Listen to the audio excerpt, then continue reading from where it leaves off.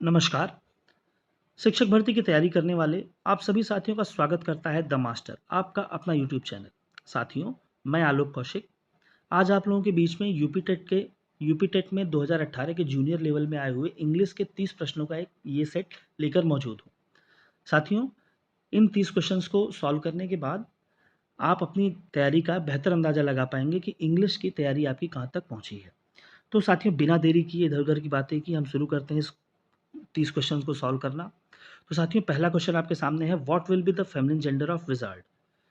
61 number का question है कि विज़ार्ड का स्त्रीलिंग क्या होगा? विज़ार्ड यानी कि जादूगर, जादूगर का साथियों स्त्रीलिंग होगा जादूगरनी। इंग्लिश में विज़ार्ड का फेमिनिन जेंडर होगा विच।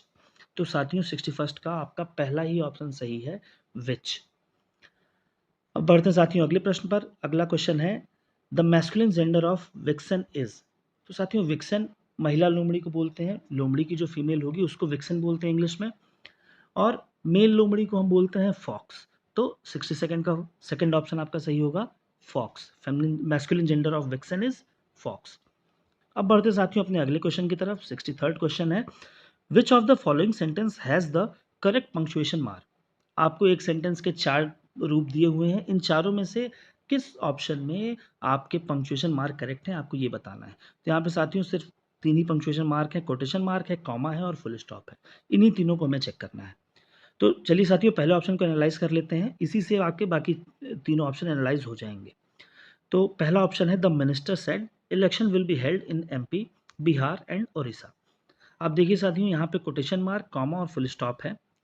आपको ये ध्यान देना होगा कि जब भी कोटेशन मार्क ओपन होता है, जहाँ पे कोटेशन मार्क शुरू होता है, उसके पहले कॉमा लगना चाहिए। यहाँ पे आप देखिए, सेड के बाद कोई कॉमा नहीं लगा हुआ है। यहाँ पे कॉमा लगना चाहिए था। तो पहली गलती इस ऑप्शन की ये है कि कोटेशन मार्क के पहले कॉमा नहीं लगा है। उसके बाद साथियों, आप देखिए, कोटेशन मार्क के बाद जो पहला वर्ड है इलेक्शन, ठीक? कोटेशन मार्क के बाद जो भी पहला वर्ड होगा उसका पहला लेटर हमेशा कैपिटल होना चाहिए। तो यहाँ पे पहला लेटर जो ई है ये स्मॉल लेटर में है, ये इस ऑप्शन की दूसरी गलती है। उसके बाद साथियों तीसरी गलती इस ऑप्शन में ये है कि जो फुल स्टॉप लगता है क्वेश्चन के एंड में, सेंटेंस के एंड में सॉरी, वो अगर कोटेशन मार्क है तो फुल स्टॉप हमेशा कोटेशन मार्क के अंदर ही लगेगा। ये इस ऑप्शन की 3 गलती है। पहली गलती, सेट के बाद कॉमा होना चाहिए था। दूसरी गलती, ई आपका कैपिटल होना चाहिए था। तीसरी गलती, फुल स्टॉप कोटेशन मार्क के अंदर लगना चाहिए था। अब ये तीनों गलतियाँ आप देखेंगे, बाकी सारे ऑप्शन को जैसे ही आप देखेंगे तो आपको पता चलेगा कि जो ऑप्शन नंबर बी है वही सिर्फ करेक्ट है। यहाँ पे कोटेशन मार्क के पहले कॉमा भी लगा हुआ है। कोटेशन मार्क के बाद जो पहला वर्ड है वो उसका पहला लेटर कैपिटल में है, और जो सेंटेंस के एंड में फुल स्टॉप है वो कोटेशन मार्क के अंदर है। यहाँ पे कोटेशन मार्क के बाहर था, यहाँ पे कोटेशन मार्क के अंदर है। इसलिए साथियों बी ऑप्शन आपका करेक्ट होगा। आप सी ऑप्शन देखिए, सी ऑप्शन में कोटेशन मार्क ही नहीं लगा है। ये गलत है क्योंकि डायरेक्ट वॉइस में सेंटेंस है, तो आपको जब भी आप स्टेटमेंट को नोटिफ़ाई करते हैं डायरेक्ट स्पीच में, तो कोटेशन मार्क लगना चाहिए। यहाँ पे कोटेशन मार्क नहीं लगा है, यही सेंटेंस की इस ऑप्शन की गलती है। ऑप्शन नंबर डी में आप देखेंगे, पहली गलती रिपीट की हुई है कि कोटेशन मार्क के पहले कॉमा नहीं लगा हुआ है। तो साथियों 63rd का करेक्ट ऑप्शन होगा ऑप्शन नंबर बी। चलिए अब बढ़ते हैं अगले प्रश्न की तरफ। अगला क्वेश्चन आपका है, which among the following suffix is not suitable for the root word prevent?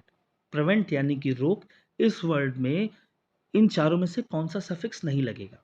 तो हम एक एक को एनालाइज कर लेते हैं, हमें समझ में आ जाएगा। प्रिवेंट में अगर हम एबल को जोड़ेंगे तो ये बनेगा preventable.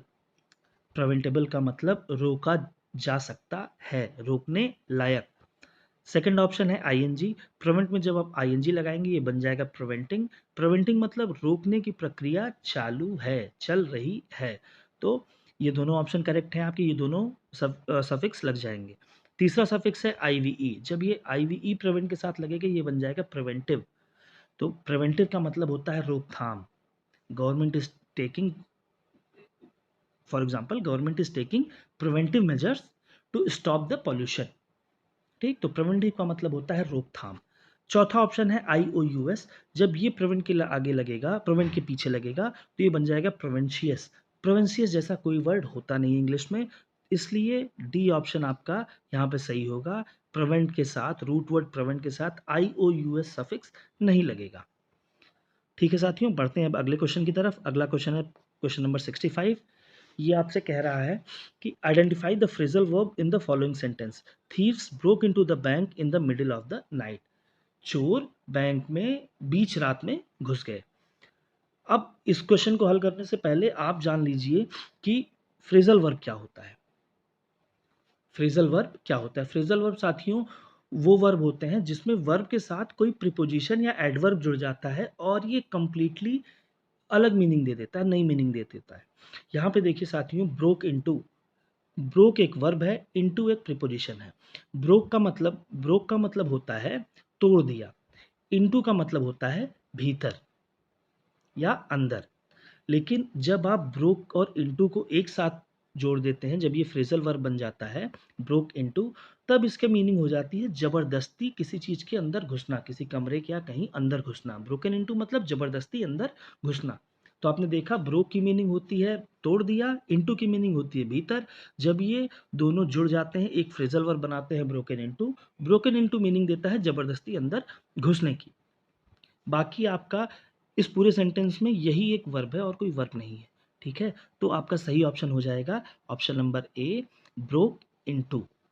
Thieves broke into the bank in the middle of the night. इस सेंटेंस का मतलब हो जाएगा चोर चोर बीच रात में बैंक में जबरदस्ती अंदर घुस गए। चलिए अब बढ़ते हैं अगले क्वेश्चन की तरफ। अगला क्वेश्चन है 66 नंबर का।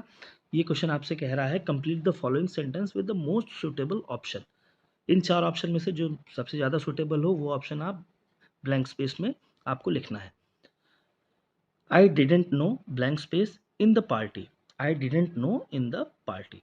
तो साथियों ये इस सेंटेंस में आपको देखना है कि यहाँ पे ये सेंटेंस आपका नेगेटिव सेंटेंस है। डिडेंट नो आया है तो ये सेंटेंस आपका हो गया नेगेटिव। अब साथियों जब नेगेटिव सेंटेंस हो गया तो आपको ये ध्यान देना होगा होगा कि जो प्रोनाउन लगेगा इस सेंटेंस में, जो प्रोनाउन लगेगा वो भी नेगेटिव प्रोनाउन होगा या ऐसे प्रोनाउन जो नेगेटिव सेंटेंस में आए, अफर्मेटिव सेंटेंस में ना आए। तो साथियों यहाँ पे आपके जो दो ऑप्शन है, ऑप्शन बी और D, option be somebody, option D someone, ये हमेशा अफर्मेटिव सेंटेंस में ही आएंगे, ये नेगेटिव सेंस में नहीं आते हैं। ठीक, तो ये दोनों ऑप्शन आपका नहीं होगा। सी ऑप्शन जो है आपका नोबडी। अगर आप यहाँ पे नोबडी लगाएंगे, आई didn't no nobody in the party, तो ये इस सेंटेंस को डबल नेगेटिव बना देगा जो कि ग्रामेटिकली इनकरेक्ट होगा। तो आपका सी ऑप्शन भी नहीं होगा। इसलिए एक ऑप्शन आपका बचा एनीबडी। एनीबडी आपका नेगेटिव सेंटेंस में लगता है, यूज होता है, एनीबडी या एनीवन। इसलिए यहाँ पे करेक्ट ऑप्शन हो जाएगा ए, एनीबडी। 66 का आपका करेक्ट आंसर होगा A, anybody. I didn't know anybody in the party. मैं पार्टी में किसी को नहीं जानता था। अब बढ़ते साथियों अगले क्वेश्चन की तरफ। अगला क्वेश्चन है question number 66। Which of the following is not a homophonic pair. Homophonic pair यानी कि होमोफोन्स।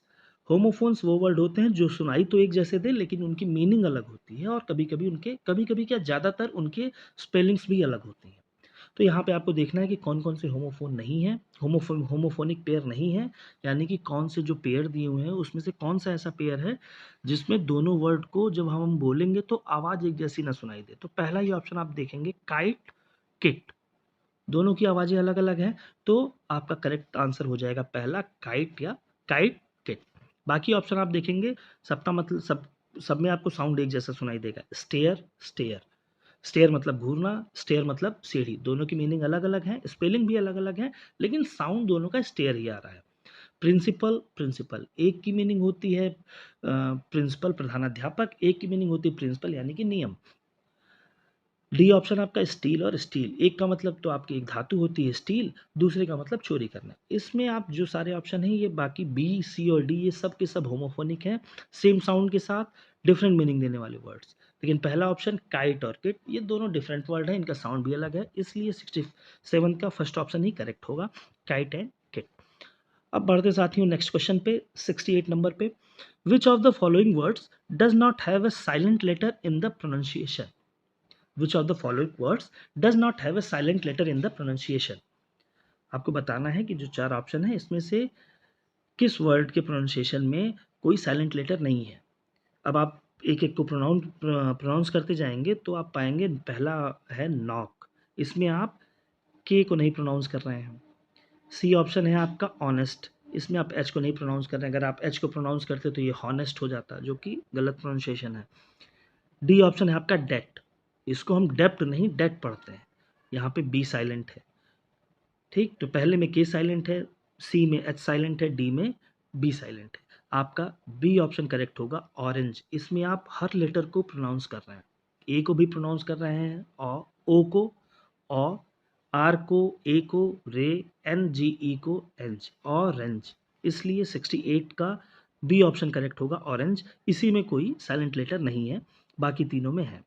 तो चलिए साथियों बढ़ते हैं अब नेक्स्ट पार्ट पे। अगला क्वेश्चन है आपका क्वेश्चन नंबर 69।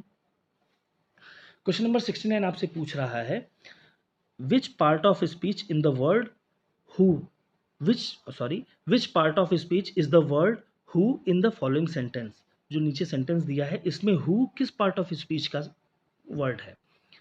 तो सेंटेंस है आपका God helps those who help themself. God helps those who help themselves. इसमें आपको हु का पार्ट ऑफ स्पीच बताना है। तो साथियों हु जो यहाँ पे है वो आएगा प्रोनाउन में, स्पेसिफिकली रिलेटिव प्रोनाउन में। अब ये क्यों आएगा, क्योंकि रिलेटिव प्रोनाउन साथियों वो प्रोनाउन होते हैं जो सेंटेंस में एक सबऑर्डिनेट क्लॉज को जोड़ते हैं। ठीक है, एक रिलेटिव क्लॉज को जोड़ते हैं और उस रिलेटिव क्लॉज का रिलेशन बताते हैं सेंटेंस के सब्जेक्ट से। ठीक है, मेन क्लॉज से उसका रिलेशन बताते हैं। तो यहाँ पे जो साथियों हु है ये इस सेंटेंस में हेल्प देमसेल्फ को जोड़ रहा है और इसका रिलेशन बता रहा है मेन क्लॉज गॉड हेल्प दोस्त से। इसका इस सेंटेंस का मतलब क्या हुआ, भगवान उनकी मदद करता है जो खुद की मदद करते हैं। तो अगर आप जो हेल्प देमसेल्फ है ये डिपेंडेंट है किस पे, गॉड हेल्प दोज पे। अगर गॉड हेल्प दोज हट जाएगा तो हेल्प देमसेल्फ का कोई मतलब नहीं रह जाएगा। ठीक है, तो हु जो है आपका वो relative clause subordinate clause help themself को इस सेंटेंस में इंट्रोड्यूस कर रहा है, साथ ही साथ वो उसका रिलेशन बता रहा है किससे, गॉड हेल्प दोज यानी कि सेंटेंस के मेन क्लॉज से। इसलिए यहाँ पे हु जो है वो डी प्रोनाउन होगा, स्पेसिफिकली ये रिलेटिव प्रोनाउन होगा। ठीक, अब बढ़ते हैं साथियों नेक्स्ट क्वेश्चन की तरफ। नेक्स्ट क्वेश्चन 70 नंबर का आपसे पूछ रहा है which part of speech is the word so in the sentence in following sentence. Same type का क्वेश्चन है। अब इस क्वेश्चन में, इस सेंटेंस में आपको वर्ड सो का पार्ट ऑफ स्पीच बताना है। सेंटेंस आपका है Shruti wanted to work so she went to her room. साथियों आपको बिल्कुल नहीं कंफ्यूज होना है। आपको यहाँ भी हो सकता है कुछ लोग कंफ्यूज हो रहे हैं क्वेश्चन नंबर 69 क्वेश्चन नंबर 70 में कि यहाँ पे अगर हु था, यहाँ पे जो हु था हमने उसको रिलेटिव प्रोनाउन बता दिया था, तो यहाँ पे तो प्रोनाउन है ही नहीं। सिमिलर क्वेश्चन है, प्रेशर सिचुएशन में हो सकता है आपको आप कंफ्यूज हो जाए, लेकिन आपको कंफ्यूज नहीं होना है। मैं इसको एक्सप्लेन कर देता हूँ। यहाँ पे साथियों जो सो है ये आपका कंजंक्शन होगा। क्यों, क्योंकि ये दो इंडिपेंडेंट क्लॉज को जोड़ रहा है। प्रोनाउन कब हुआ था, जब वो एक सबऑर्डिनेट क्लॉज को जोड़ रहा था। यहाँ पे सो आपका दो इंडिपेंडेंट क्लॉज को जोड़ रहा है। Shruti wanted to work, she went to her room. अगर आप बीच में सो को हटा दीजिए, अगर इस सो को आप बीच में गायब कर दीजिए और इन दोनों को अलग अलग सेंटेंस के तरीके से देखिए, तो ये दोनों का अपने आप में मीनिंग है। कोई किसी अपनी मीनिंग को बताने के लिए, अपनी मीनिंग को एक्सप्रेस करने के लिए किसी दूसरे पर डिपेंडेंट नहीं है। Shruti wanted to work, Shruti काम करना चाहती थी। She went to her room, वो अपने कमरे में गई। ये दो कंप्लीटली डिफरेंट सेंटेंसेस हैं, डिफरेंट क्लॉज हैं, दोनों की इंडिविजुअल मीनिंग है जो अपने आप में स्टैंड करती है। उसको जोड़ने के लिए, उसको अपनी मीनिंग बताने के लिए किसी और पे डिपेंड होने की ज़रूरत नहीं थी। पिछले वाले क्वेश्चन में, क्वेश्चन नंबर 69 में आप देखेंगे God help those who help themself, भगवान उनकी मदद करते हैं। ये तो अपने आप में, गॉड हेल्प दोज भगवान अपनी मदद करते हैं, ये तो अपने आप में इंडिपेंडेंट है। लेकिन हेल्प देमसेल्फ अपनी मदद करते हैं। इस सेंटेंस को अपनी मीनिंग एक्सप्रेस करने के लिए इस सेंटेंस की गॉड हेल्प दोज की जरूरत पड़ती थी। क्वेश्चन नंबर 69 में आपको इसकी जरूरत नहीं है। क्वेश्चन नंबर 69 में सी वेंट टू हर रूम, ये श्रुति वांटेड टू वर्क पे डिपेंडेंट नहीं है, तो यहाँ पर रिलेटिव प्रोनाउन नहीं लगेगा। यहाँ पे सिंपल सा कंजम्पशन लगेगा जो दो सेंटेंस को आपस में जोड़ दे। उम्मीद है आपको समझ में आया होगा। अगर आपको नहीं समझ में आया होगा तो प्लीज़ कमेंट बॉक्स में मुझे एक बार बता दें, मैं इसको डिटेल में एक्सप्लेन करने की कोशिश करूँगा अपने नेक्स्ट वीडियोज़ में। क्वेश्चन नंबर 71 है, which of the following sentence has a modal verb? Option number A, he is flying a kite. Next, his father knows me well. Next, Ram is an intelligent boy. Last option है, her mother ought to know what she is doing in Mumbai. साथियों, इसको solve करने से पहले मैं बता दूं, modal verb वो वर्ब होते हैं जो किसी सेंटेंस में आई किसी नेसेसिटी को, किसी ज़रूरत को, किसी उम्मीद को, पॉसिबिलिटी, किसी आज्ञा या परमिशन, सलाह यानी एडवाइस, एबिलिटी यानी योग्यता, इन सब से रिलेटेड किसी टर्म को, किसी चीज़ को सेंटेंस में अगर एक्सप्रेस करना है तो वहाँ पे हम मॉडल वर्ब का यूज़ करते हैं। तो जब आप पहला ऑप्शन पढ़ेंगे, he is flying a kite, यहाँ पे वर्ब है फ्लाइंग, जो कि एक नॉर्मल वर्ब है, रेगुलर वर्ब है। नेक्स्ट ऑप्शन में his father knows me well, यहाँ पे भी नोज एक रेगुलर वर्ब है, वो बता रहा है कि क्रिया क्या हो रही है, इससे ज़्यादा कुछ नहीं। सी ऑप्शन जो है, Ram is an intelligent boy, यहाँ पे तो लिंकिंग वर्ब है सिर्फ इज। जो आपका ऑप्शन नंबर डी है, her mother ought to know what she is doing in Mumbai, इस सेंटेंस की मीनिंग है कि उसकी माँ को ये ज़रूर जानना चाहिए कि वो मुंबई में क्या कर रही है। तो इस सेंटेंस में आपको समझ में आ रहा होगा कि कोई एक एडवाइस एक्सप्रेस कर रहा है कि माँ को ज़रूर जानना चाहिए कि बिटिया मुंबई में क्या कर रही है। तो यहाँ पे जैसे आपको समझ में आ गया कि एडवाइस एक्सप्रेस हो रही है, इसलिए यहाँ पे मॉडल वर्ब लगी है। तो मॉडल वर्ब यहाँ पे कौन सी लगी है? Ought to know. ठीक, ऑट टू क्या हो जाएगी? आपकी मॉडल वर्ब हो जाएगी। इसीलिए आपका ऑप्शन नंबर डी करेक्ट है। जब भी किसी सेंटेंस में सलाह एडवाइस, आज्ञा परमिशन, योग्यता एबिलिटी, उम्मीद पॉसिबिलिटी, ज़रूरत नेसेसिटी, ये सारी चीज़ें अगर किसी सेंटेंस की मीनिंग में एक्सप्रेस हो रही हैं तो वहाँ पे मॉडल वर्ब ही लगेगा। अब बढ़ते हैं साथियों नेक्स्ट क्वेश्चन की तरफ। नेक्स्ट क्वेश्चन है question number 72, which of the following sentence has passive pronoun? इस sorry, which of the following sentence has a possessive pronoun? माफ करिएगा, पॉजेसिव प्रोनाउन। पॉजेसिव प्रोनाउन वो होते हैं जो सेंटेंस में पोजीशन को शो करते हैं। नाउन जो आपका सब्जेक्ट है, सब्जेक्ट की पोजीशन के जब शो करना होता है तो वहाँ पे पॉजेसिव प्रोनाउन लगता है। पहला option, Ramesh who is my grandson is reading a poem, यहाँ पे माई है। ठीक, माई आपका पॉजेसिव प्रोनाउन नहीं होता, ये ग्रैंडसन पे स्वामित्व नहीं दिखा रहा है, ये बता रहा है कि मेरा ग्रैंडसन, रिलेशन बता रहा है। ये आपका पॉजेसिव प्रोनाउन नहीं है, ये आपका पॉजेसिव एडजेक्टिव है। ठीक, बी ऑप्शन है, her sister is known to me, ये भी आपका नॉर्मल प्रोनाउन है, पॉजेसिव प्रोनाउन नहीं है। He could not help me, वो मेरी मदद नहीं कर सकता, यहाँ पे भी पोजीशन या स्वामित्व की बात नहीं हो रही है।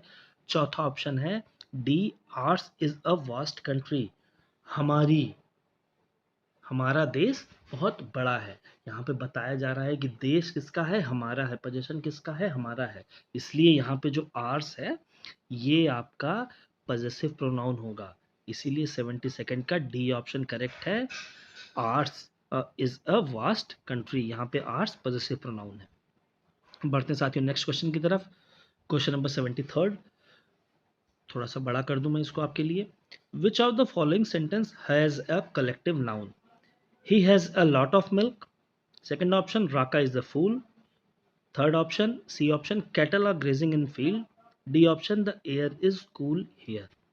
तो साथियों, एग्ज़ाम जब भी आप एग्ज़ाम में बैठेंगे, सिर्फ इसी में नहीं, किसी भी एग्ज़ाम में, वनडे एग्ज़ाम में या किसी भी एग्ज़ाम में आप बैठेंगे, तो जब आपके पास चार ऑप्शन हैं, तो जैसे आप इन चारों ऑप्शन को पढ़ेंगे तो जो कलेक्टिव नाउन नाउन जिसने पढ़ा होगा उसको समझ में आ जाएगा कि यहाँ पे कोई collective noun, specific collective noun नहीं है। ठीक, जैसे पहले ऑप्शन में मिल्क है, ये तो नहीं है। राका इज़ ए फूल, ये तो आपका राका आपका भी, ये भी कलेक्टिव नाउन नहीं है। ठीक, सी ऑप्शन जो है, cattle are grazing in the field, यहाँ पे कैटल का मतलब मवेशी होता है, ये भी आपका hard and fast collective noun नहीं है। D option, the air is cool here, यहाँ पे एयर आपका नाउन है जो कि आपका कलेक्टिव नाउन नहीं है। इस चारों ऑप्शन में से कोई collective noun specific hard and fast कि नहीं कलेक्टिव नाउन ही है, वो नहीं। जैसे फ्लॉक ऑफ शीप्स होता है, तो वहाँ पे फ्लॉक क्या होगा? कलेक्टिव नाउन होगा। शीप, भेड़ों का झुंड, वो आपका हार्ड एंड फास्ट, फ्लॉक आपका hard and fast collective noun होगा। लेकिन यहाँ पे कोई hard and fast collective noun नहीं है। तो आप ये मत समझ के बैठिएगा कि ये क्वेश्चन यूपी टेट गलत है तो सबको नंबर मिल जाएगा, बिल्कुल नहीं। इस भरोसे कभी मत बैठिएगा कि एग्जामिनेशन अथॉरिटी कोई नंबर आपको दे देगी ऐसे ही। उन चारों ऑप्शन में से जो बेस्ट पॉसिबल ऑप्शन है आप वो लगा के आएंगे, भले ही आपको लग रहा हो कि नहीं यार ये ऐसा नहीं, लेकिन जो बेस्ट पॉसिबल आप चूज करेंगे वही होगा। तो यहाँ पे बेस्ट पॉसिबल क्या होगा? कैटल, कलेक्टिव नाउन यानी कि ग्रुप यानी कि समूह, जहाँ पे लोग लोग या चीजें ज्यादा होंगी। सबसे पहली बात तो प्लूरल होगा। आपको मैं ये कंफर्मेशन नहीं दे रहा हूँ, रूल नहीं बता रहा हूँ, मैं आपको तरीका बता रहा हूँ कि कैसे आपको एग्जामिनेशन में जब आपको सारे ऑप्शन में गलती दिखाई दे तो बेस्ट ऑप्शन कैसे चूज करना है। तो जैसे कलेक्टिव नाउन में एक से ज्यादा लोग होंगे तभी तो ग्रुप बनेगा, यानी कि सबसे पहली बात तो प्लूरल हो सकता है। पहला आपने यहाँ से चेक किया। दूसरा हुआ कैटल, और दूसरा हुआ कैटल, मवेशी खेत में चर रहे हैं। ठीक है, तो यहाँ पे देखिएगा आर जो है आपका वो आगे, आर आने का मतलब क्या हो गया? प्लूरल हो गया। तब यहाँ पे आपका कैटल जो है वो मोस्ट, मतलब सबसे most nearest, sorry nearest collective noun होगा। ये मोस्ट के साथ नियरेस्ट नहीं लगता है, सॉरी। कैटल जो है आपका वो कलेक्ट यहाँ पे नियरेस्ट कलेक्टिव नाउन होगा। ठीक है, तो आपका 73rd में आप सी ऑप्शन लगाएंगे, छोड़ के नहीं आएंगे अगर ऐसा क्वेश्चन आ गया तो। चलिए अब बढ़ते हैं नेक्स्ट क्वेश्चन की तरफ। Question number 74। क्वेश्चन नंबर 74 बता रहा है identify the sentence in passive voice. यहाँ पे 4 सेंटेंस है, उसमें पैसिव वॉइस में से पैसिव वॉइस का सेंटेंस कौन सा है ये आपको बताना है। तो ध्यान रहे, पैसिव वॉइस में सब्जेक्ट जो है वर्ब का रिसीवर बन जाता है, मतलब सब्जेक्ट के ऊपर क्रिया होती है, सब्जेक्ट के लिए क्रिया होती है।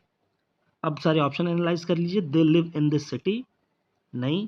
He will be taken care of, ये ऑप्शन आपका करेक्ट हो जाएगा, क्योंकि टेकन केयर ऑफ देखभाल की जा रही है। किसकी देखभाल की जा रही है? ही। तो क्रिया किस पे हो रही है? सब्जेक्ट ही पे। इसीलिए आपका 74th का बी ऑप्शन करेक्ट हो जाएगा, क्योंकि यहाँ पे जो सब्जेक्ट है ही और जो एक्शन है टेकन केयर ऑफ, ये सब्जेक्ट के ऊपर हो रही है, सब्जेक्ट के ऊपर हो रही है क्रिया। ये रिसीवर है यहाँ पे सब्जेक्ट एक्शन का, डूअर नहीं है। ठीक, अगर डूअर होता, सब्जेक्ट यहाँ पे क्रिया करने वाला होता, तो ये डायरेक्ट वॉइस का सेंटेंस होता। ये आपका क्या हो जाता? ही इज टेकिंग केयर ऑफ। मैं एग्जाम्पल दे रहा हूँ, मैं इसको बदल नहीं रहा हूँ, मैं सिर्फ एक एग्जाम्पल दे रहा हूँ कि अगर ही और टेकन केयर ऑफ, अगर ही डूअर होता तो सेंटेंस होता he is taking care of, या he will be taking care of, या he was taking care of. यहाँ पे क्या है? He will be taken care of, यानी कि उसकी देखभाल की जा रही है। तो वो जो एक्शन है देखभाल करने वाला, ही उसका रिसीवर है, इसलिए 74th का पैसिव वॉइस हो जाएगा। बाकी सी ऑप्शन इसको भी एनालाइज कर लिए। ही टीचर्स केमिस्ट्री, वो केमिस्ट्री पढ़ाता है। तो यहाँ पे ही जो है सब्जेक्ट डूअर है, जो एक्शन कर रहा है, एक्शन रिसीव नहीं कर रहा। D option Ram is flying a kite, Ram पतंग उड़ा रहा है। तो यहाँ पे राम डूअर है, पतंग उड़ा रहा है, राम एक्शन को रिसीव नहीं कर रहा, इसलिए 74th का करेक्ट ऑप्शन हो जाएगा B, he will be taken care of. अब बढ़ते हैं साथियों नेक्स्ट क्वेश्चन की तरफ। नेक्स्ट क्वेश्चन 75 नंबर पे, identify the sentence in active voice. यहाँ पे आपको एक्टिव वॉइस का सेंटेंस बताना है। सेम चीज मैंने आपको भी इसके पहले वाले क्वेश्चन में समझाई थी। पैसिव वॉइस में सब्जेक्ट वर्ब का रिसीवर बन जाता है, एक्टिव वॉइस में सब्जेक्ट वर्ब का डूअर बन जाता है, क्रिया को करने वाला। 75 में ऑप्शन इसके एनालाइज कर लीजिए। Their friends will be caught red handed, उनके दोस्त रंगे हाथों पकड़े जाएंगे। क्रिया क्या है? कॉट। कौन पकड़ रहा है? पता नहीं, पुलिस पकड़ रही, मम्मी पापा पकड़ रहे हैं, नहीं पता, तो जाने दीजिए। B option, I know nothing about western philosophy, मैं वेस्टर्न फिलोसफी के बारे में कुछ नहीं जानता हूँ। ये आपका एक्टिव वॉइस का सेंटेंस हो जाएगा। क्यों हो जाएगा? क्योंकि यहाँ पे जो क्रिया है नो, जानने की जो क्रिया है, ये क्रिया कौन कर रहा है? यहाँ पे तो कुछ नहीं जानना, तो न जानने की क्रिया हुई। न जानने की क्रिया कौन कर रहा है? वर्ब का, सेंटेंस का सब्जेक्ट आई। इसीलिए आपका 75th का बी ऑप्शन करेक्ट होगा, आई know nothing about western philosophy. ठीक, अब बढ़ते हैं साथियों नेक्स्ट क्वेश्चन की तरफ। Question number 76, which of the following is an exclamatory one, which of the following sentence is an exclamatory one। exclamatory sentence यानी कि जिस सेंटेंस में ज़्यादा इमोशन या एक्साइटमेंट, उत्साह दिखाया जाता हो, वो एक्सक्लेमेटरी सेंटेंस, वो एक्सक्लेमेटरी वहाँ पे साइन लगेगा, उस सेंटेंस में एक्सक्लेमेटरी का निशान भी लग जाता है। डंडी के नीचे बिंदी वाला। चलिए, तो यहाँ पे सारे ऑप्शन एनालाइज कर लिए। You are really very kind, एक ही ऑप्शन है जिसके साथ एक्सक्लेमेशन मार्क लगा हुआ है, तो आधा काम तो आपका ऑप्शन देख के ही हो गया। एक बार सेंटेंस पढ़ लीजिए। How beautiful is the morning today, आज की सुबह कितनी सुंदर है। तो यहाँ पे एक्साइटमेंट शो हो रहा है, इसीलिए डी ऑप्शन आपका करेक्ट हो जाएगा। बाकी ऑप्शन में you are really very kind, ये किसी की तारीफ हो रही है। She is a small creature, वो एक छोटा क्रीचर है, तो यहाँ पे भी एक इमोशन की बात नहीं हो रही है या ओवर जॉयस होने की बात नहीं हो रही है। He can not speak well, ये किसी के बारे में कुछ बात बता रहा है कि वो बहुत अच्छे से नहीं बोल पाता है, तो यहाँ पे भी किसी इमोशन की बात नहीं हो रही, किसी उत्साह की बात नहीं हो रही। सिर्फ डी ऑप्शन में एक उत्साह की बात हो रही है कि आदमी औरत जिसने भी सेंटेंस बोला होगा वो सुबह को देखकर खुश हो गया कि कितनी खूबसूरत सुबह है, और साथ ही साथ एक्सक्लेमेशन मार्क भी लगा है, इसलिए 76 का डी ऑप्शन करेक्ट हो जाएगा। बढ़ते हैं साथियों अगले क्वेश्चन की तरफ। Question number 77, which of the following word has a silent letter in it. Exact same question एक पहले आया था, बस इस बार ऑप्शन डिफरेंट है। चलिए, उसको हमने तोड़ दिया तो इस क्वेश्चन को भी फोड़ देते हैं। 77 का फर्स्ट ऑप्शन है फॉन, बी ऑप्शन है क्योर, सी ऑप्शन है काम, डी ऑप्शन है बट। आपने जब आप प्रोनाउंस ही कर रहे होंगे तो आपको समझ में आ गया होगा कि इसका 77 का सी ऑप्शन करेक्ट होगा। क्यों? क्योंकि यहाँ पे जो एल है वो साइलेंट है। अगर हम एल को प्रोनाउंस करते तो काम नहीं पढ़ते, इसको काल्म पढ़ते, लेकिन हम इसको प्रोनाउंस क्या करते हैं? काम। बाकी सब में आप सारे लेटर को प्रोनाउंस कर रहे हैं, सिर्फ काम में आप एल को प्रोनाउंस नहीं कर रहे हैं, इसलिए करेक्ट ऑप्शन हो जाएगा 77 का सी। साथियों, उम्मीद है कि आपको अभी तक वीडियो अच्छी लग रही होगी।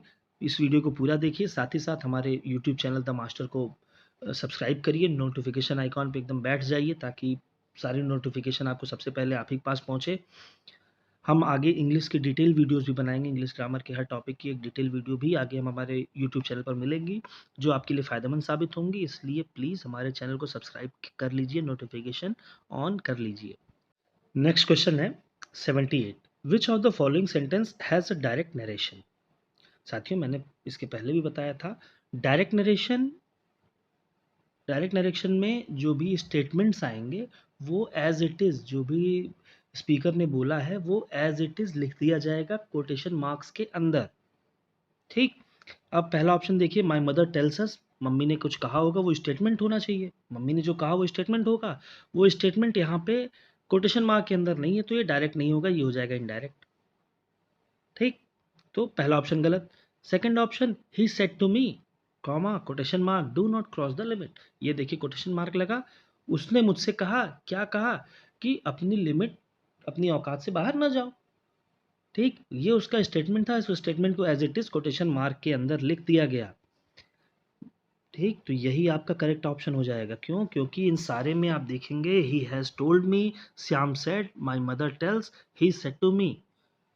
सारे ऑप्शन में ये बताया जा रहा है कि किसी ने कुछ कहा, और जिसने भी कहा उसका स्टेटमेंट कोटेशन मार्क में डायरेक्ट स्पीच में लिखा जाएगा। तो डायरेक्ट सिर्फ और सिर्फ एक ही ऑप्शन में कोटेशन मार्क है, आपको ज़्यादा सोचना भी नहीं है, आपको सिर्फ देखना है कि स्टेटमेंट है, अगर वो कोटेशन मार्क में है तो वही डायरेक्ट नरेशन होगा। तो 78 का बी ऑप्शन करेक्ट हो जाएगा। अब बढ़ते साथियों नेक्स्ट क्वेश्चन की तरफ। नेक्स्ट क्वेश्चन है 79th, which of the following sentence has the antonym of narrow.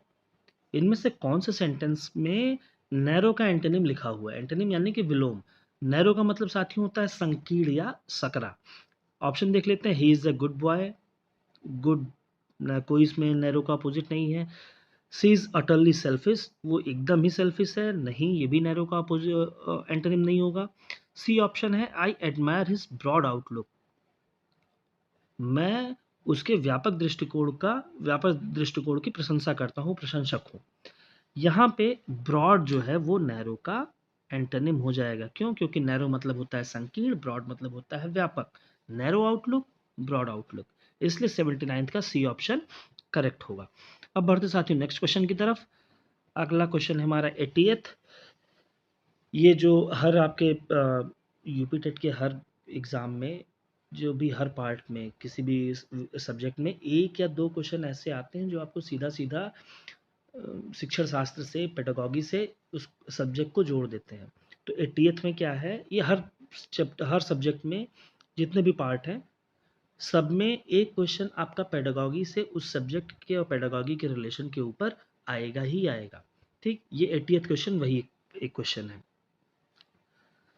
According to the NCF 2005, learning is and in its character। आपको बताना है कि NCF नेशनल कैरिकुलम फ्रेमवर्क 2005 के अकॉर्डिंग लर्निंग के character में क्या क्या है। तो इसका करेक्ट ऑप्शन है पहला A. According to NCF 2005, learning is active and social in its character. तो आपका 80th का फर्स्ट ऑप्शन करेक्ट होगा। अब बढ़ते हैं साथियों नेक्स्ट क्वेश्चन की तरफ। What does motivation do in the process of learning. ये भी पेडागॉजी का क्वेश्चन है। आपसे बताया था मैंने कि क्वेश्चन आता ही आता है, यहाँ पे 2 आ गया है। अच्छा है 2 आ जाए, आप इसको तो आसानी से ही कर लेंगे। 81st क्वेश्चन कह रहा है what does motivation do in the process of learning. सीखने की प्रक्रिया में मोटिवेशन का क्या रोल होता है, मोटिवेशन क्या करता है। आप ऑप्शन पढ़ लेंगे, सिर्फ और सिर्फ कॉमन सेंस लगाएंगे, क्वेश्चन हो जाएगा। पहला ऑप्शन है it differentiates new learning from old learning. नहीं। It makes learners thinks undirectionally. ये तो बिल्कुल नहीं होगा। C, it sharpens memory of the learner. Motivation का मेमोरी से कोई रिलेशन नहीं होता है। D option, it creates interest for learning among young learners. आपको समझ में ही आ गया होगा, डी ऑप्शन ही करेक्ट है, देखते ही आपको समझ में आ जाएगा। बस आपको अपना कॉमन सेंस वाली बटन ऑन रखनी, उसे बंद करके एग्जाम रूम में मत जाइएगा। चलिए अब बढ़ते हैं नेक्स्ट क्वेश्चन की तरफ। नेक्स्ट क्वेश्चन आपसे कह रहा है fill in the blanks with appropriate prepositions. आपको ब्लैंक स्पेस पे प्रीपोजिशन रखना है। Ashoka is worthy, blank space remembrance. Ashoka याद रखने लायक है। ठीक, तो अशोका इज वर्दी, इसमें लगेगा ऑफ रिमेम्बरेंस। वर्दी के साथ अक्सर ऑफ लगता है, बट यहाँ पे आपको सेंटेंस पढ़ के भी उसकी मीनिंग अगर आपको समझ में आ गई तो आप वैसे भी लगा ले जाएंगे। अशोका किसका वर्दी था, वो याद रखने योग्य था। Ashoka is worthy of remembrance. अब बढ़ते साथियों नेक्स्ट क्वेश्चन की तरफ। बढ़ते साथियों नेक्स्ट क्वेश्चन पे। 83rd, what is the subject of the following sentence. नीचे दिए हुए सेंटेंस में सब्जेक्ट क्या है ये पता करना है। सब्जेक्ट पता करने के लिए क्या करना होता है, आपको जो सब सेंटेंस की वर्ब है उस वर्ब को पकड़िए, उससे सवाल पूछिए व्हाट या हु लगा के। जो आपको आंसर मिलेगा वही आपका सब्जेक्ट हो जाएगा। जैसे सेंटेंस है क्वेश्चन में, no man can serve two masters. No man can serve two masters. यहाँ पे आपका वर्ब क्या है, सर्व। ठीक, तो यहाँ पे आप जो भी अप्रोप्रिएट हो, व्हाट या हु, वो लगा लीजिए। तो यहाँ पे हु अप्रोप्रिएट होगा। हु सर्व टू मास्टर्स, कौन 2 मास्टर को सर्व करता है, सेवा करता है। आंसर आपको मिलेगा नो मैन, कोई नहीं कर सकता। ठीक, तो आपको जैसे ही आपने वर्ब के साथ हु या व्हाट लगा के क्वेश्चन पूछा, जो आंसर मिलेगा वो आपका सब्जेक्ट होगा। तो यहाँ पे जब आपने सर्व से क्वेश्चन पूछा हु सर्व, तो आपको आंसर मिला नो मैन। तो नो मैन कैन आपका क्या हो जाएगा, सब्जेक्ट हो जाएगा। आसान था। चलिए अब बढ़ते हैं नेक्स्ट क्वेश्चन की तरफ। नेक्स्ट क्वेश्चन आपका अनसीन पैसेज का है। इसमें से आपको क्वेश्चन नंबर 84 और क्वेश्चन नंबर 85 का आंसर इस पैसेज के अकॉर्डिंग देना है। चलिए, तो पहला क्वेश्चन है इसमें, in the given passage what do you understand by the word होबो। इस पैसेज में दिए हुए होबो वर्ड से आपको क्या समझ में आ रहा है। तो आप पहले होबो वर्ड ढूंढ लीजिए। होबो वर्ड जहां मिलेगा उसी के अगल बगल आपका आंसर रहेगा। He had been a seaman and crossed the Pacific, and been a pirate and a river patrolman, a coal shoveler at a power plant, landless man and a hobo. He had tramped the United States and Canada, switched rides on freight trains, and dodging and fighting railwaymen and police. ठीक है, आपको एक central idea मिल गया होगा कि जिसके पास कोई काम ना हो, खाली घूम टहल रहा हो, वही हो जाएगा होबो। आप ऑप्शंस देखेंगे, ऑप्शंस देख के आपका ये क्वेश्चन हो जाएगा। ऑप्शंस देखिए, अ हीरो बिल्कुल नहीं, लखैरा था वो। Someone who does not have a job और a house and moves from one place to other. यही काम वो कर रहा था, इसलिए होबो का करेक्ट ऑप्शन हो जाएगा बी। जिस आदमी की बात हो रही है वो जगह जगह घूम रहा था, अमेरिका से कनाडा गया, फ्रेट ट्रेन में गया, रेलवे मैन से मार खाया, सीमैन था, तमाम काम किए उसने, कुल मिलाकर आवारागर्दी कर रहा था। तो होबो यानी कि जो आवारागर्दी कर रहा हो, घूम टहल रहा हो, बिना किसी काम के, न घर हो, न पैसा हो, न नौकरी हो, खाली घूम टहल रहा हो, वो हो गया होबो। अब बढ़ते हैं साथियों नेक्स्ट क्वेश्चन पे। नेक्स्ट क्वेश्चन पूछ रहा है आपका स्कर्वी मीन्स, स्कर्वी क्या होता है? तो इसके लिए तो आपको पैसेज पढ़ने की भी जरूरत नहीं है, आप सभी को पता होगा कि scurvy is a disease resulting from a lack of vitamin C, vitamin C की कमी से होने वाला रोग स्कर्वी। क्लास फोर्थ फिफ्थ में हम लोग पढ़े थे, तब से अभी तक याद होगा आपको। चलिए अब बढ़ते हैं नेक्स्ट क्वेश्चन की तरफ। नेक्स्ट क्वेश्चन कह रहा है आपसे identify the wrong collective noun. इन चार ऑप्शन में ये कह रहा है कि कौन सा कलेक्टिव नाउन गलत है, आपको ये पहचानना है। तो अभी इसी वीडियो में मैंने आपको एग्जाम्पल के तौर पर बताया था फ्लॉक ऑफ सीप्स। भेड़ों के झुंड को क्या कहते हैं? फ्लॉक। सीप्स नहीं कहते हैं, इसीलिए बी ऑप्शन ही आपका करेक्ट होगा, क्योंकि बी सीप्स कलेक्टिव नाउन नहीं है। Army, group of soldiers, scissors, a pair of scissors, daughters in law, बहुएं, यानी कि एक से ज़्यादा बहू होंगी, इसीलिए बी ऑप्शन आपका यहाँ पे सही होगा। सीप्स कलेक्टिव नाउन नहीं है, सीप्स का कलेक्टिव नाउन होता है फ्लॉक ऑफ सीप्स। नेक्स्ट क्वेश्चन है 87, identify the correct sentence among following. नीचे दिए गए चार ऑप्शन में से जो करेक्ट ऑप्शन हो, जो करेक्ट सेंटेंस हो, आपको उसे चूज करना है। पहला ऑप्शन है A, please look at my certificates, B, please over look at my certificates, C, please see my certificates, D, please see into my certificates. तो साथियों, आपने आपने जब ये ऑप्शन पढ़ा होगा तो आपको समझ में आ गया होगा कि कोई बेचारा कह रहा है, रिक्वेस्ट कर रहा है कि उसके सर्टिफिकेट्स देख लिए जाएं। अब जब आप ऑप्शन नंबर बी तो खत्म हो गया, क्यों? क्योंकि यहाँ पे लगा हुआ है ओवरलुक। ओवरलुक का मतलब होता है नज़रअंदाज कर देना। तो वहाँ बेचारा कह रहा है कि उसका सर्टिफिकेट देखो, बी ऑप्शन कह रहा है कि please overlook at my certificates, कृपया मेरे सर्टिफिकेट्स को नज़रअंदाज कर दिया जाए। तो ये ऑप्शन हो गया गलत। और इसी तरीके से डी ऑप्शन, वहाँ पे आप फ्रेजल वर्ब आपकी आई है सी इंटू। सी इंटू का मतलब होता है जांच करना, इन्वेस्टिगेट करना। तो वो बेचारा दिखा रहा है, आप बैठ के उसकी जांच करने लगोगे तो वो भी गलत। इसीलिए please see into my certificates, कृपया मेरे सर्टिफिकेट्स की जांच करें, ये ऑप्शन भी गलत हो जाएगा। अब सिर्फ आपके बचे हैं दो ऑप्शन, ऑप्शन नंबर ए और option number C. Please look at my certificates, please see my certificates. तो इंग्लिश को कहा जाता है ना, English is a funny language, यहाँ पे ये दोनों सेंटेंस सही है। Please look at my certificates, कृपया मेरे सर्टिफिकेट्स देखिए, प्लीज सी माई सर्टिफिकेट्स, कृपया मेरे सर्टिफिकेट्स देखिए। अब यहाँ पे आपको जब भी आप इंग्लिश ग्रामर में आप किसी एग्जामिनेशन में बैठे हो और इंग्लिश ग्रामर का क्वेश्चन हो और आपको ऐसा लग रहा हो कि दो ऑप्शन करेक्ट हो सकते हैं, तो वहाँ पे आपको जो मोस्ट, इसको ऐसे समझिए, जो मोस्ट इडियोमेटिक एक्सप्रेशंस होंगी वो करेक्ट होंगी, वो करेक्ट होंगी जो मोस्ट इडियोमेटिक हो, यानी कि जिनको बोलने में अच्छा लगे, या कोई उसका लुक एट, लुक इनटू, ये सारी चीज़ें ज़्यादा सुटेबल करेंगी इंग्लिश ग्रामर में जब आप वनडे एग्जाम में बैठेंगे। क्यों? क्योंकि ये ग्रामेटिकली स्टैंडर्ड चॉइसेस हैं।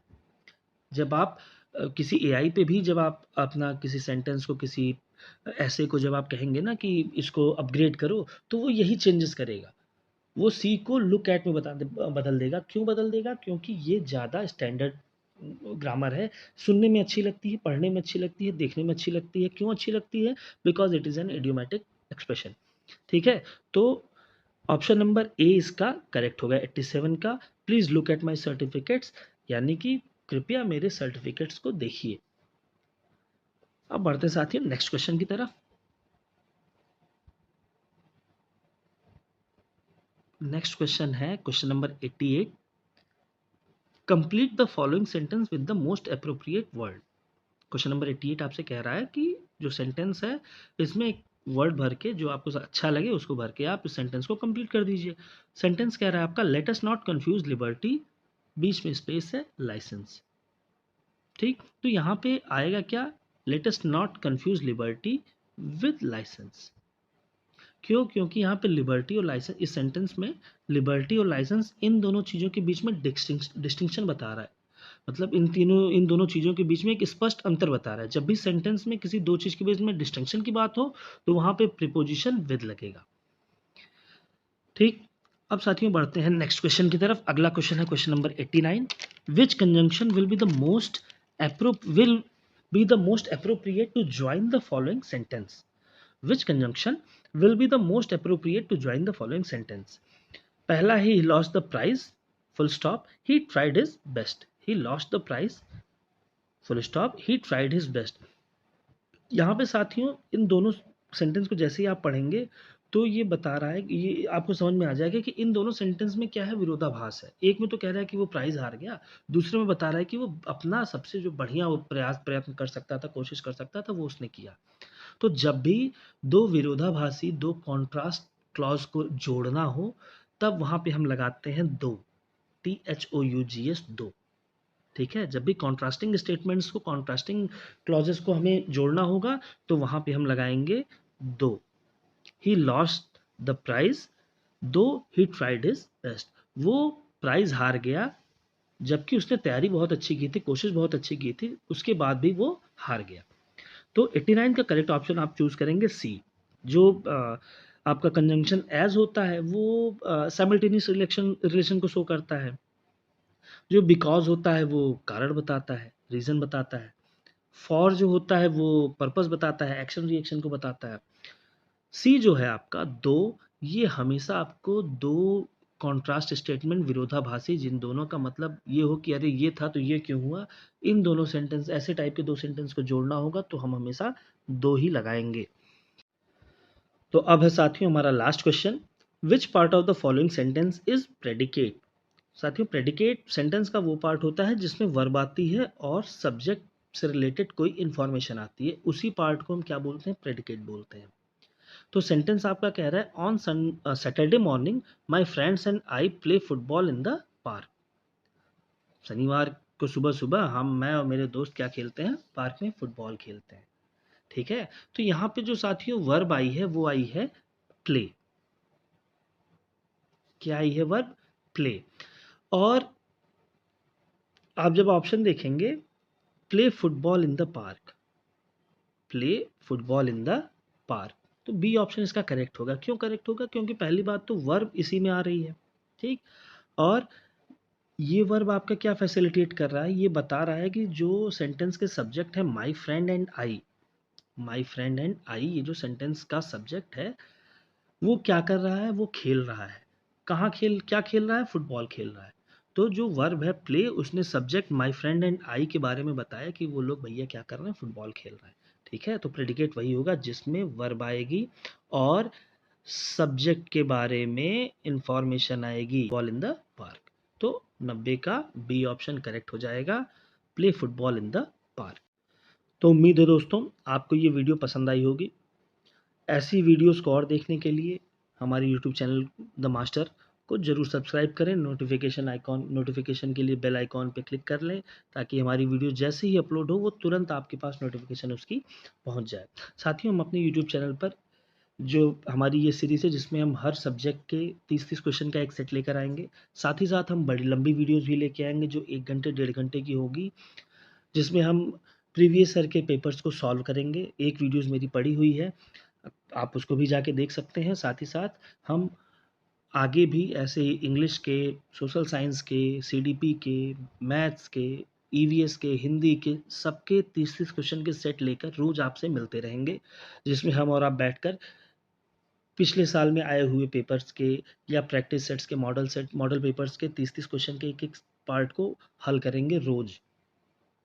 और हमारी 1.5 घंटे की लंबी वीडियो, 1.5 घंटे 2 घंटे की लंबी वीडियोस भी आती रहेंगी जिसमें हम पूरे के पूरे प्रीवियस ईयर पेपर को बैठ के एक सेटिंग में सॉल्व करेंगे।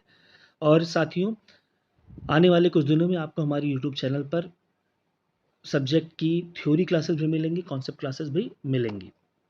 तो साथियों बहुत बहुत धन्यवाद। आपको इस पूरी वीडियो में किसी भी क्वेश्चन के एक्सप्लेनेशन को और जानना हो या किसी क्वेश्चन को मैंने कम एक्सप्लेन किया हो, आपको उसके बारे में और कुछ जानना हो तो प्लीज़ कमेंट सेक्शन में बता दीजिएगा। मैं उसके लिए एक अलग से वीडियो आपके लिए बना दूंगा। बहुत बहुत धन्यवाद। आपकी तैयारी ऐसे ही तेज़ गति से चलती रहे। आप सभी का दिन बहुत शुभ हो। धन्यवाद।